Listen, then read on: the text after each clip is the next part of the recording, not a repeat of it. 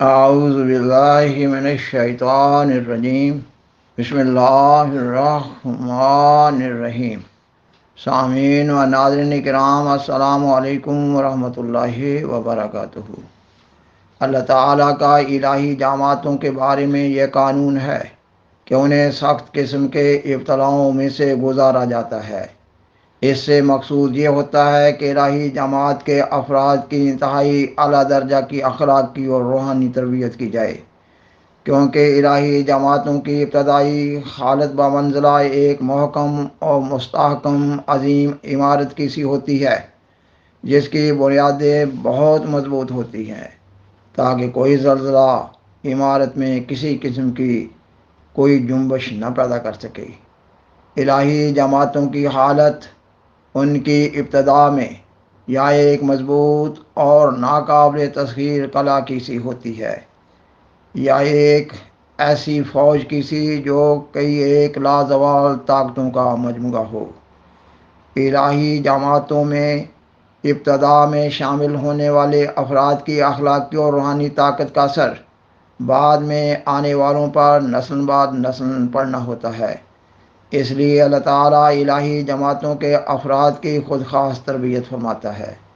اس سے مقصود یہ بھی ہوتا ہے کہ اللہ تعالیٰ ان افراد کے ذریعہ اپنی قدرت کا اظہار کرے اور الہی جماعتوں کے افراد کے ذریعہ انتہائی اعلیٰ قسم کا نمونہ قائم کیا جائے، جو بعد میں آنے والوں کے لیے مشعل راہ ثابت ہو۔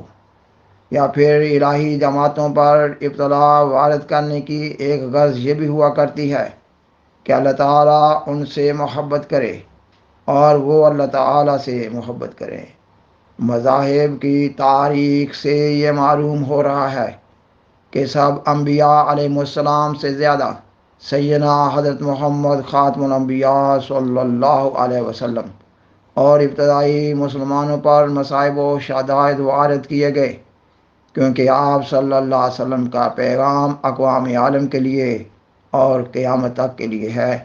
اس لیے اللہ تعالیٰ نے اس حقیقت کے مد نظر آپ صلی اللہ علیہ وسلم اور آپ صلی اللہ علیہ وسلم کی جماعت کو مختلف مصائب و شدائد میں سے گزارا۔ سیدنا حضرت مسیح موعود علیہ السلام، پیارے آقا و مولانا سیدنا حضرت محمد خاتم الانبیاء صلی اللہ علیہ وسلم کی پاک سیرت و عظیم سوانے کے سلسلہ میں اپنی کتاب ایذا اللہ خام میں مطابق روحانی خزائن جلد نمبر 3 صفحہ 110 تا 111 پر بیان فرماتے ہیں، یہ کہ جب یہ آیتیں اتری کہ مشرکین رجس ہیں، پلید ہیں، شر البریہ ہیں، صفحاء ہیں اور ذریت شیطان ہیں، اور ان کے معبود وقود النار اور حسب جہنم ہیں، تو ابو طالب نے حضرت صلی اللہ علیہ وسلم کو بلا کر کہا کہ اے میرے بھتیجے، اب تیری دشنام دہی سے قوم سخت مشتعل ہو گئی ہے اور قریب ہے کہ تجھ کو ہلاک کریں اور ساتھ ہی مجھ کو بھی۔ تو نے ان کے عقل مندوں کو سفیہ قرار دیا اور ان کے بزرگوں کو شر البریہ کہا اور ان کے قابل تعظیم معبودوں کو نام حزم جہنم اور وقود النار رکھا، اور عام طور پر ان سب کو رجس اور ذریت شیطان اور پلید ٹھہرایا۔ میں تجھے خیر خواہی کی راہ سے کہتا ہوں کہ اپنی زبان کو تھام اور دشنام دہی سے باز آ جا، ورنہ میں قوم کے مقابلہ کی طاقت نہیں رکھتا۔ حضرت صلی اللہ علیہ وسلم نے جواب میں کہا کہ اے چچا، یہ دشنام دہی نہیں ہے بلکہ اظہار واقعہ اور نفس الامر کا عین محل پر بیان ہے، اور یہی تو کام ہے جس کے لیے میں بھیجا گیا ہوں۔ اگر اس سے مجھے مرنا درپیش ہے تو میں بخوشی اپنے لیے اس موت کو قبول کرتا ہوں۔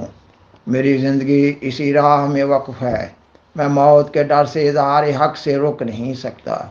اے چچا، اگر تجھے اپنی کمزوری اور اپنی تکلیف کا خیال ہے تو مجھے پناہ میں رکھنے سے دستبردار ہو جا۔ بخدا مجھے تیری کچھ بھی حاجت نہیں، میں احکام الہی کے پہنچانے سے کبھی نہیں رکوں گا۔ مجھے اپنے مولا کے احکام جان سے زیادہ عزیز ہیں۔